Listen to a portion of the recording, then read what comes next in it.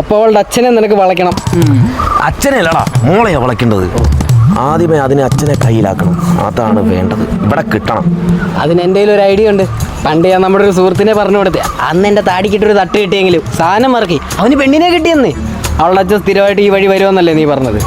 എൻ്റെ ഒരു ഐഡിയ ഉണ്ട്. പക്ഷെ നാട്ടുകാർ പറയുന്ന അയാളൊരു സൈക്കോയാന്നാ. കുഴപ്പമൊന്നും ഉണ്ടായിരിക്കത്തില്ലല്ലോ അല്ലേ? ഏയ് അന്നാ കുഴപ്പമില്ല.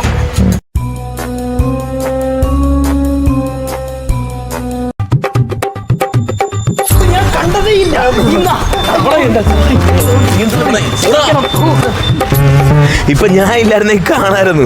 മോളെ ഞാൻ തിരക്കിയെന്ന് പറയണം കേട്ടോ. എന്താ അച്ഛാ, ചൂരയാണോ ഇത്? ഇതെന്താ അച്ഛാ, അച്ഛൻ്റെ മോൾക്ക് ചൂരയുടെ ഒരു മുഖച്ചായ? മോള് വീട്ടിലല്ലേ? മോള് വീട്ടില. തല ഞാൻ എടുത്തു.